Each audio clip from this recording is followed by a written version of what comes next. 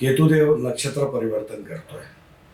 केतुदेव साधारण मागच्या मे महिन्यामध्ये त्याचं सिंह राशीमध्ये प्रवेश झाला आणि उत्तरा फाल्गुनी त्यानंतर पूर्वा फाल्गुनी हे नक्षत्र तो भ्रमण करत आता त्याचं स्वनक्षत्रात मघा नक्षत्रामध्ये त्याचा प्रवेश होतोय.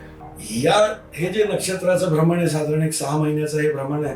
तर याच्यामध्ये जे काय होतंय तर त्याला विरोध करण्यापेक्षा काही आपल्या चुका असतील, काही आपल्याला पेंडिंग कर्म आपल्या समोर येतोय तर त्याचा स्वीकार आपण केला तर हा काळ आपण सुसह्य बनवू शकतो आणि याच्या पुढचं जेव्हा कधी प्रारब्ध आपण आपलं फेडतो त्याच्यानंतर आपला एक मोठा मार्ग मोकळा होत असतो. नमस्कार, मी सुहास वसंत जोशी पुनश्च आपलं सर्वांचं तथास्तु चॅनलमध्ये स्वागत करतो. आज जो व्हिडिओ आपण हा बनवतोय आता लवकरच एक 10 दिवसामध्ये साधारण महिना अखेरला केतुदेव नक्षत्र परिवर्तन करतोय. केतुदेव साधारण मागच्या मे महिन्यामध्ये त्याचं सिंह राशीमध्ये प्रवेश झाला आणि उत्तरा फाल्गुनी त्यानंतर पूर्वा फाल्गुनी हे नक्षत्र तो भ्रमण करत आता त्याचं स्वनक्षत्रात मघा नक्षत्रामध्ये त्याचा प्रवेश होतोय. आणि जे गोचर भ्रमणची आपण मालिका बनवतोय तर काही महत्वाचे जे इम्पॅक्ट देणारे जे ग्रहांचे राशी परिवर्तन नक्षत्र परिवर्तन असतात तर त्याला आपण ते निवडक आपण घेतो कारण ज्याच्यामध्ये मोठा इम्पॅक्ट या जगावर येणार आहे ते आपल्याला थोडंसं त्याची पूर्वकल्पना मिळावी असा आमचा हा प्रामाणिक उद्देश आहे. तर याच्यामध्ये मघा नक्षत्र जे आहे स्वतः केतुदेवाचं नक्षत्र आहे आणि त्याची देवता पितृदेवता आहे. तर इथे पितृदेवता हे खूप महत्वाचा रोल प्ले करणार आहेत आणि पितृ म्हणजे आपले पूर्वज, आपला आधीचा जो काही पेंडिंग कर्म असतो, ज्या पितरांची कृपा, ज्या पितरांच्या ब्लेसिंग्समुळे आपले काही कार्य घडत असतात, काही अर्धवट कार्य राहिलेले आहेत म्हणून जो काही हा जन्म आपल्याला मिळालेला असतो, या सगळ्या गोष्टींना आपले पितृ दर्शवत असतात आणि आपली ओव्हरऑल लिनिएज ही पितरांकडून आपण बघतो. आणि तिथे केतुदेव हा देखील पितरांचा कारक आहे.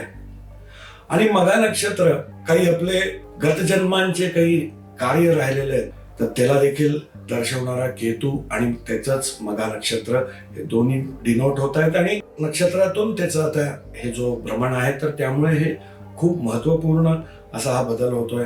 तर इथे मघा नक्षत्रात जेव्हा केतुदेव भ्रमण करणार आहेत तर इथे काही पेंडिंग कर्म, काही आपली अर्धवट राहिलेली मागची जन्मीची कार्य हे आपल्या समोर येणार आहेत आणि ते मनाविरुद्ध आहेत किंवा आपल्या मनासारखी आहेत हे तर प्रत्येकाच्या कुंडलीत केतुदेव कसा विराजमान आहे, कुठे मघा नक्षत्र कुंडलीत आलंय त्याच्यावर आपण निश्चित सांगू शकतो. पण एक गोचरमध्ये एक साधारण कल्पना आपल्याला यावी यासाठी हा व्हिडिओ आपण बनवतोय आणि याच्यामध्ये प्रत्येक व्यक्तीला मला एक सांगायचं आहे की हे जे नक्षत्राचं भ्रमण आहे साधारण एक 6 महिन्याचं हे भ्रमण आहे तर याच्यामध्ये जे काय होतंय तर त्याला विरोध करण्यापेक्षा काही आपल्या चुका असतील, काही आपल्याला पेंडिंग कर्म आपल्या समोर येतोय तर त्याचा स्वीकार आपण केला तर हा काळ आपण सुसह्य बनवू शकतो आणि याच्या पुढचं जेव्हा कधी प्रारब्ध आपण आपलं फेडतो त्याच्यानंतर आपला एक मोठा मार्ग मोकळा होत असतो.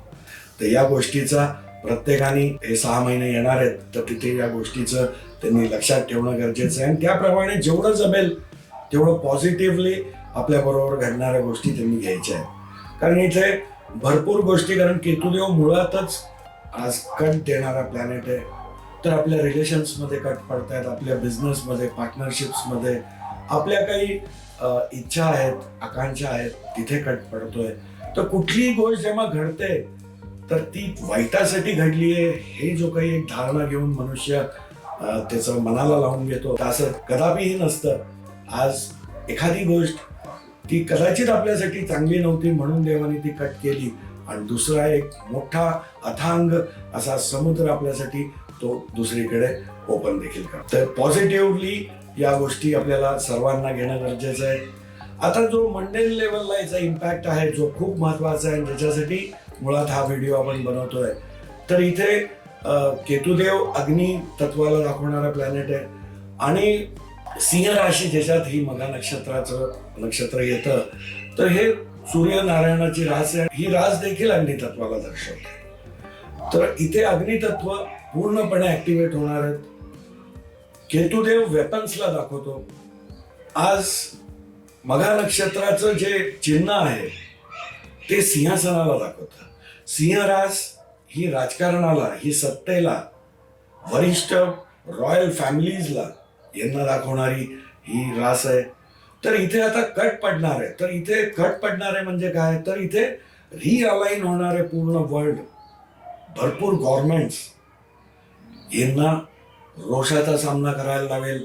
कारण ज्यावेळेस हे नक्षत्र परिवर्तन होतंय तर सिंह रास मध्ये हे नक्षत्र परिवर्तन होत आहे आणि सिंह राशीचा मालक हा अष्टमात आहे तेव्हा शनिदेवाबरोबर. शनिदेव हा पब्लिकला दाखवतो, सूर्यनारायण सत्तेला, गव्हर्नमेंटला, राजकारणी, मोठ्या पॉवरफुल लिडर्सला.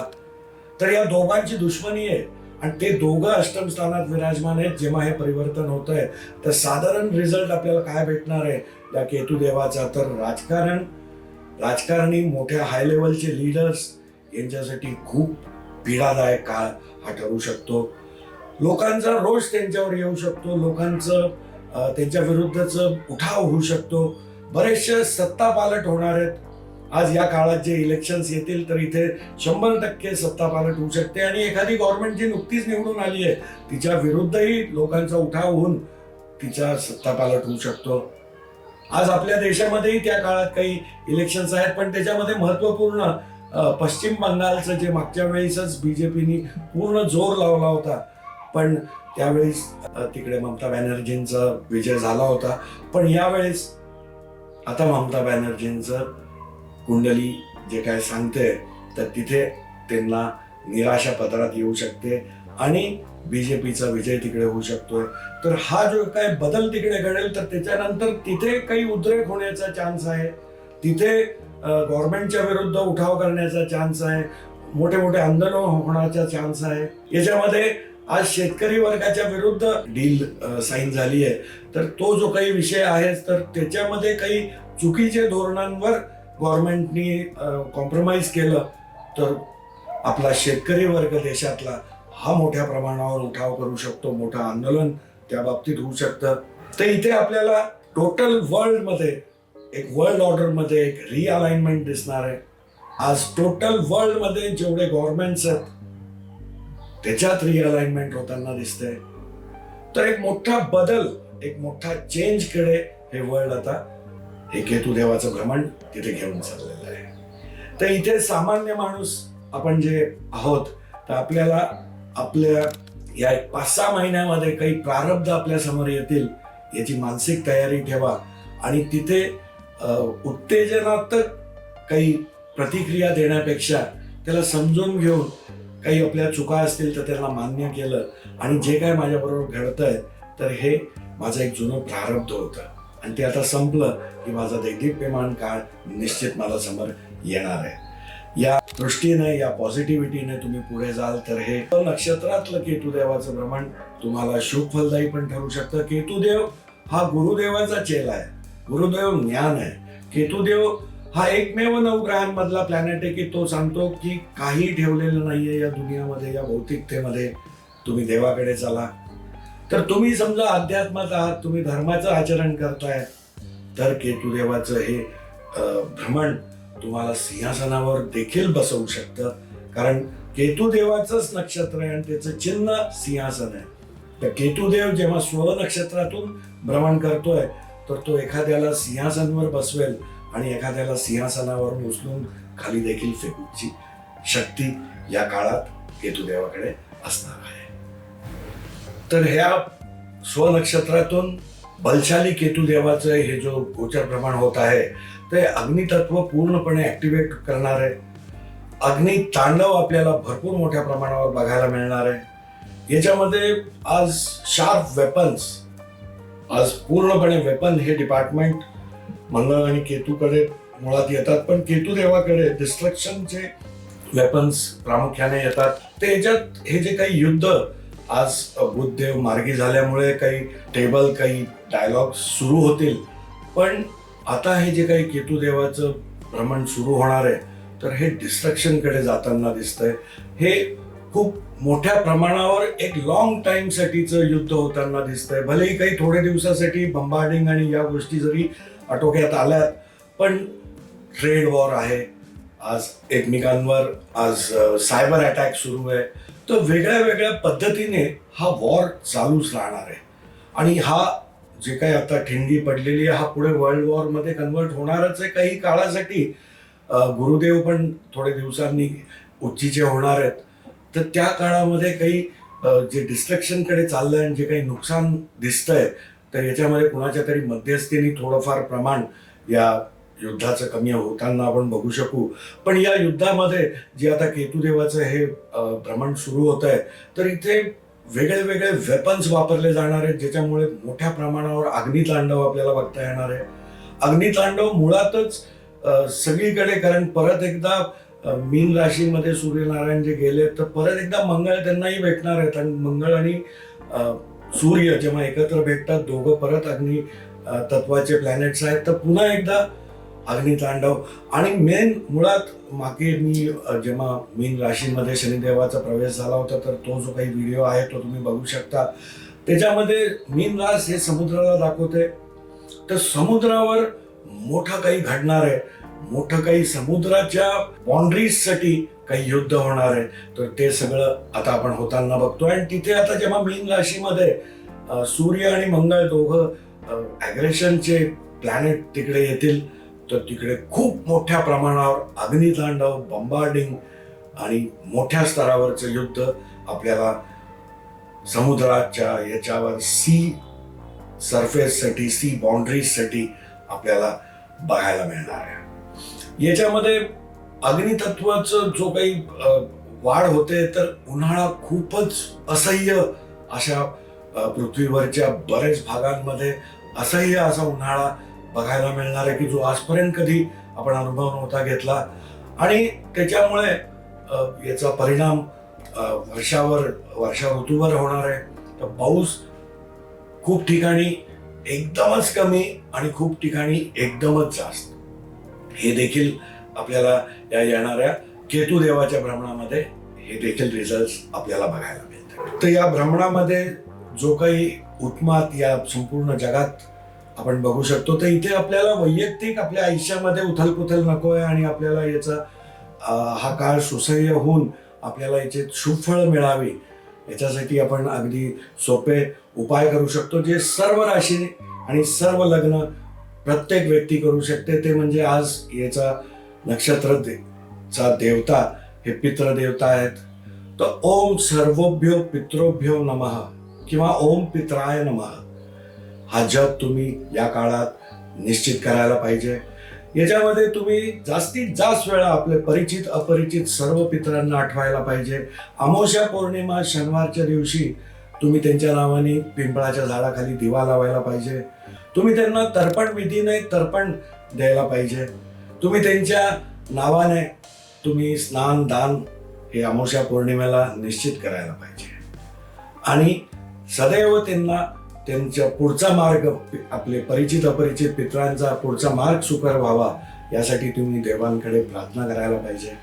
सूर्यदेवाला जल देणं हे तर नियमित आपल्या सनातन संस्कृतीचा नियम आहे. प्रत्येक व्यक्तीने उगवत्या सूर्याचा अर्घ देऊन स्वागत करायला पाहिजे, त्याचं नमन करायला पाहिजे. आणि ओम गृणी सूर्याय नमः हा मंत्र जाप करायला पाहिजे.